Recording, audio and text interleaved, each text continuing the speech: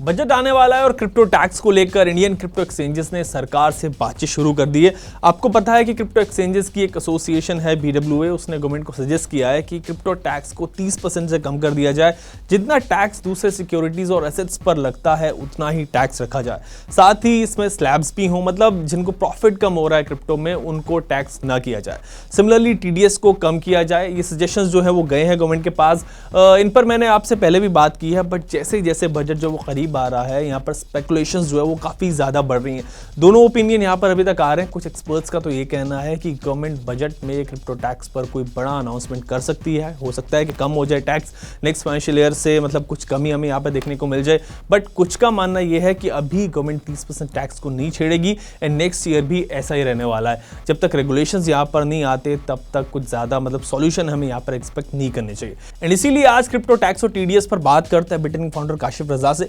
काशिफ भाई से जानेंगे आज की इंडस्ट्री में अगले कुछ दिन में क्या हो सकता है, क्या एक्सपेक्टेशन है बजट को लेकर, इंडस्ट्री की क्या एक्सपेक्टेशन है, एंड मोस्ट इंपॉर्टेंट की गवर्नमेंट क्रिप्टो एक्सचेंजेस के सजेशंस को एक्सेप्ट कर सकती है एंड क्या टैक्स और TDS जो है उनको कम कर सकती है या फिर नहीं। काशिफ भाई, फरवरी में बजट आएगा एंड अभी से स्पेकुलेशंस जो है वो बजट के बारे में शुरू हो गई हैं क्रिप्टो टैक्स के बारे में। एक्सचेंजेस ने तो गवर्नमेंट को सजेशंस भी भेज दिए हैं टैक्स और TDS पे, मतलब इस पर मैं आपका व्यू जानूंगा आज। बट सबसे पहले तो आप ये बताएं कि जैसे कि G20 की प्रेसिडेंसी ऑफ कोर्स इस बार इंडिया के पास है, तो क्या कुछ फेवरेबल रेगुलेशंस यहाँ पर आ सकते हैं अगले साल?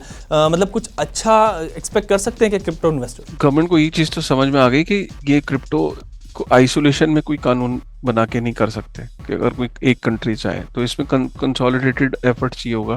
वो एफर्ट ये होगा कि कोई भी इन कंट्रीज के बीच में कोई क्रिप्टो में ट्रेड कर रहा है या एक दूसरे को ट्रांसफर कर रहा है तो ये पूरा इंफॉर्मेशन एक डैशबोर्ड का एक्सेस हो सबको, मतलब सारी जितने भी देश हों उनके पास सिंगल डैशबोर्ड, और उस डैशबोर्ड से वो एक्सेस कर लें। एक आदमी की अगर इंफॉर्मेशन उन्हें चाहिए, जैसे सपोज किसी ने 20 लोगों को अलग अलग देशों में इन G20 नेशंस में क्रिप्टो भेजा, तो गवर्नमेंट को वहां किसी को मेल करने की जरूरत ना पड़े। जो डेटा है वो रियल टाइम में एक डैशबोर्ड पे on a click of a button वो मिल जाए। ये तभी पॉसिबल होगा जब सारी जो गवर्नमेंट्स हैं ये उस पे आएंगी कि यहाँ जो भी एक्सचेंजेस और जो इकोसिस्टम आएगा उसकी जितनी भी रिपोर्ट्स हैं वो असेंबल होके एक डैशबोर्ड पे जमा हो जाएगी।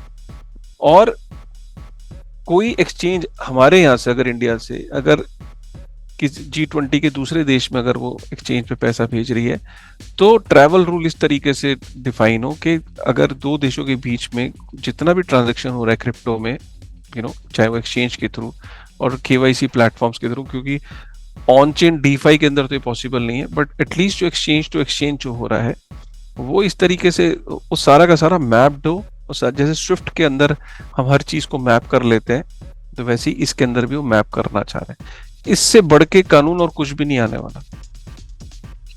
तो इसमें मेरे को ऐसा लगता है कि इनका कोर जो कोर एफर्ट है जो वो ये है कि क्रिप्टो ट्रैवल जब करता है तो पता होना चाहिए कि कौन कहाँ कैसे और कौन ज्यादा कर रहा है, कोई कौन कम कर रहा है, सोर्स ऑफ इनकम क्या है, KYC है, कोई money laundering, terrorist financing, tax evasion, ये सब चीजें तो नहीं हो रही हैं।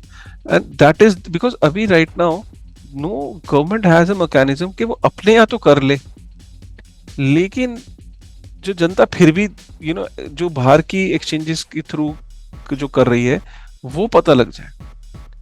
तो ये बड़ा इंपॉर्टेंट है। अब होगा क्या कि इसमें सपोज अगर G20 नेशंस में कोई भी एक्सचेंज, चाहे वो बाइनेंस हो चाहे वो कोई हो, अगर वो जाके लाइसेंस इशू लेगी तो उसे इन G20 के जो लॉज होंगे इनको फॉलो करना पड़ेगा, और जैसे ही फॉलो करना पड़ेगा तो उसका जितना डेटा है वो सारा का डेटा का एक्सेस एक डैशबोर्ड पे आ जाएगा।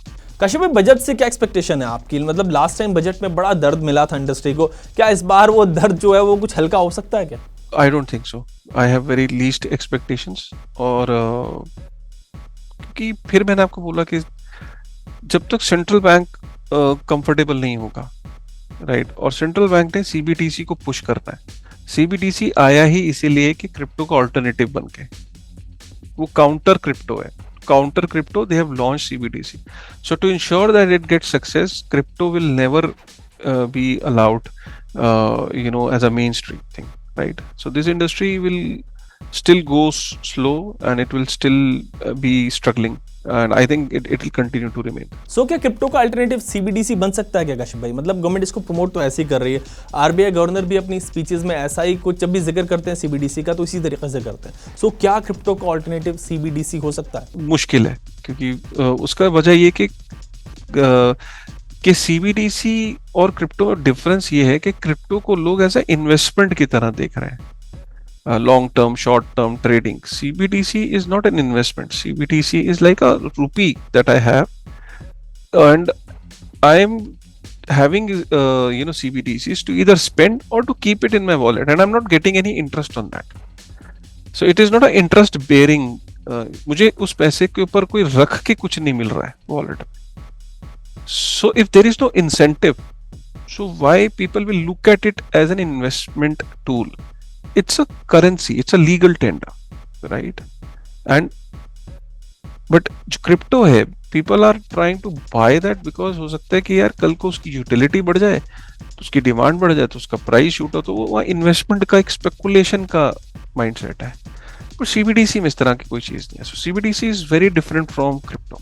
काशिफ भाई, टैक्स एंड टीडीएस पर गवर्नमेंट को एक्सचेंजेस की तरफ से रिकमेंडेशन जा चुके हैं कि टैक्स एंड टीडीएस कम कर दिया जाए, इससे इंडस्ट्री को बड़ा नुकसान हो रहा है. इन्होंने एक एसोसिएशन भी बनाई है, भारत वेब3 एसोसिएशन, BWA, मतलब ये बनी है.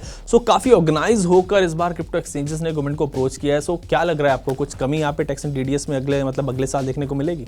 ये भारत वेब3 एसोसिएशन या ये एसोसिएशंस का कोई इतना इम्पैक्ट होता नहीं है. पहले भी बहुत अच्छी अच्छी बड़ी बड़ी एसोसिएशंस थी. इन एसोसिएशंस को सिर्फ आप एक वो दे सकते हो, आप सजेशंस दे सकते हो, प्रपोजल्स दे सकते हो.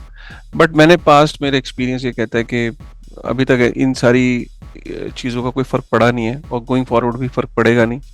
गवर्नमेंट की इंटेंट क्या है, इंटेंट को समझिए. गवर्नमेंट और सेंट्रल बैंक ऑफ जो इंडिया है, हमारा रिजर्व बैंक ऑफ इंडिया, वो बहुत ही उनको इन टेंडम काम करना पड़ता है. और इन टेंडम इन द सेंस कि बहुत सिंक्रोनाइजेशन चाहिए होती है. कोई भी गवर्नमेंट सेंट्रल बैंक के बगैर काम सर्वाइव नहीं कर सकती, और सेंट्रल बैंक को गवर्नमेंट के साथ इन टेंडम काम करना पड़ता है. और हमने देखा कि सेंट्रल बैंक बहुत ज़्यादा अगेंस्ट है क्रिप्टो के. और सेंट्रल बैंक ने सीधा बोल रखा है कि अगर आपने क्रिप्टो को थोड़ा सा भी फेवर किया गवर्नमेंट को, तो कहीं ना कहीं उसकी उन्होंने इम्प्लीकेशंस बता रखी हैं. गवर्नमेंट इसीलिए बहुत कॉन्शियसली चल रही है, और इसीलिए गवर्नमेंट की इंटेंट ये शो होती है कि वो इसे स्लो रखना चाहती है इंडस्ट्री को, और इसको डिस्करेज करना चाहती है कि लोग एकदम इसमें बाढ़ की तरह ना घुस जाए, और जो जा रहे हैं वो टैक्स दें. Right? If even still people are trying to enter into it, they should pay taxes. मुझे बिल्कुल नहीं लगता कि भारत वेब3 एसोसिएशन को इतनी बड़ी एसोसिएशन हो गई है कि इनके प्रपोजल्स को या सजेशंस को कोई मान लेंगे. राइट? प्रपोजल्स अच्छा है. ऑब्वियसली इंडस्ट्री के जो एसोसिएशन यही चाहेगी ना कि यार इंडस्ट्री ग्रो करे, बट फिर वही बात, इंडस्ट्री ग्रो करने की इंटेंट ही नहीं है. तो ये बड़ा इंपॉर्टेंट है. Okay, so things are still dicey. Thanks Kashif भाई अपनी ओपिनियन हमारे साथ शेयर करने के लिए कि बजट से आपको कुछ ज़्यादा एक्सपेक्टेशन नहीं है, बट आई स्टिल होप कि कुछ अच्छा यहाँ पर निकल के सामने आ जाए क्रिप्टो इन्वेस्टर्स के लिए. बिकॉज यार उनके जो पैसे हैं वो काफ़ी ज़्यादा फंसे हुए मार्केट में. मतलब आपके साथ मैं फिर से बात करूँगा एक नए टॉपिक पर बहुत जल्द. एंड व्यूअर्स से मैं अगैन यही कहूँगा कि भाई आप जो है वो अपने क्वेश्चंस मेरे को भेजते रहना, ताकि अपनी नेक्स्ट वीडियो में, अगली बार जब वीडियो आएगी तो उसमें आपके क्वेश्चन इंक्लूड करें, उस पर बारे में जो डिस्कशन है वो करें. और आज के लिए इस वीडियो में इतना ही.